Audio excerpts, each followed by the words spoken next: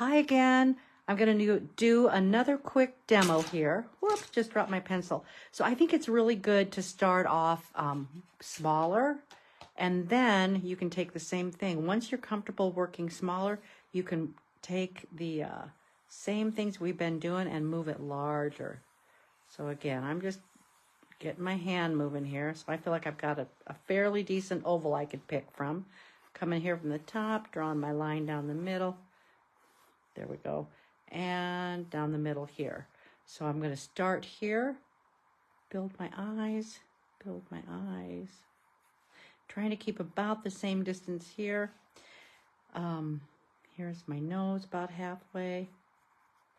And then if you do that Jane Davenport trick, you do that little teardrop underneath the nose, and that will help drive the lips.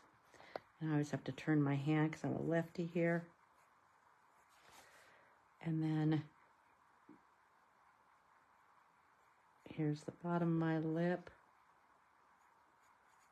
And then the bottom lip. Okay, so then you've got this little line here and line here, and that's where we give her that half circle. You can always make a lot of adjustments as you go. So I'm just doing kind of a messy C for her iris. And then I'm going to take and kind of come back around my nose. So I'm giving it a few more details. And you don't want to start the line for the nose over here at the nostril. The line from the nose starts at the tip of the nose. Just real light. And then that's where I start my angle for my eyebrows. You can give her an eyelid if you want. And let's see. So I'm going to throw in approximately some ears. Nothing real official, but it gives me a guide here that I'm now going to follow the bottom of my ear down. So I make a little wider neck than a Jane Davenport neck. So I'm not doing these real whimsical.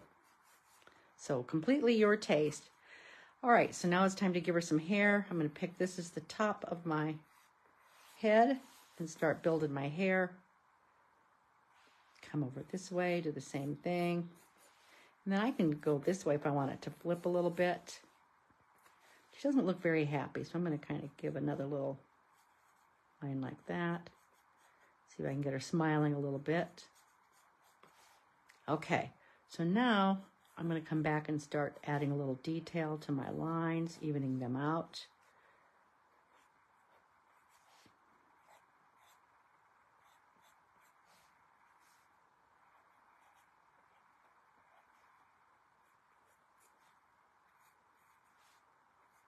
I'm going to add a little bit more, kind of more of a check mark to my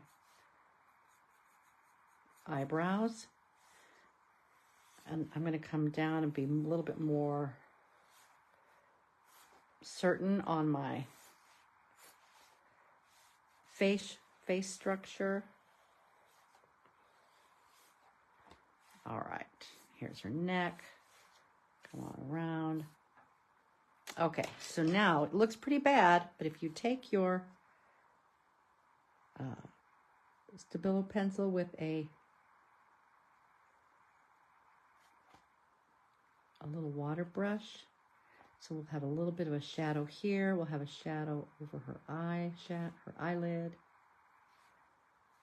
Come on this side, give her a little bit of a shadow. Come down here on her neck, give her a little bit of a shadow. Let's darken up that pupil, that iris. And see where I kind of accidentally watered that one in? You can come back with a white pen.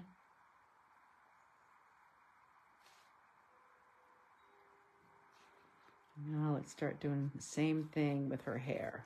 And I might need a little bit more Stabilo pencil, so I'm going to give her some more hair lines.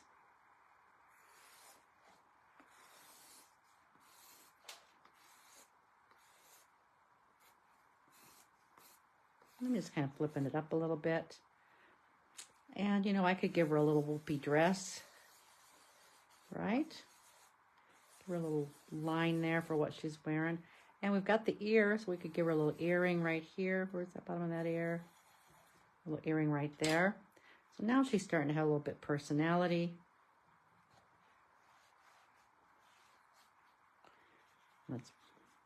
Again, I just love what the Stabilo pencil will do.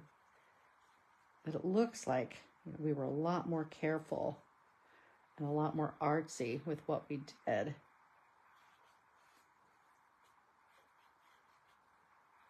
Getting some color into that hair. I think I want her hair to be just a little taller, so I'm going to add one more line just like that, and one more line like that. So really, she's about done as far as facial shape, and then you could go in and add some more color. You can bring that up if you want, finish it off. I mean, sometimes I just leave it alone just like that. I don't even do the bottom, but you can kind of hint in the bottom of the eye.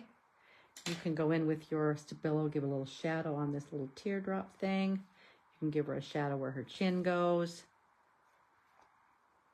Bring in some more shadow here. So I'm just taking what's been left over on my water brush and spreading it out. If you had a little pink, you could throw in a little rosy cheek. And that's about it. Oh, I didn't put the shadow underneath her bangs. There you go. So that's the fun of the Stabilo pencil when you're wanting to add a little bit of shading and you're just in the initial practicing stages. It can really work well for you and feel like you make some good progress. So I hope that helps. I hope it's fun, and I love doing it. So thank you very much. Bye now.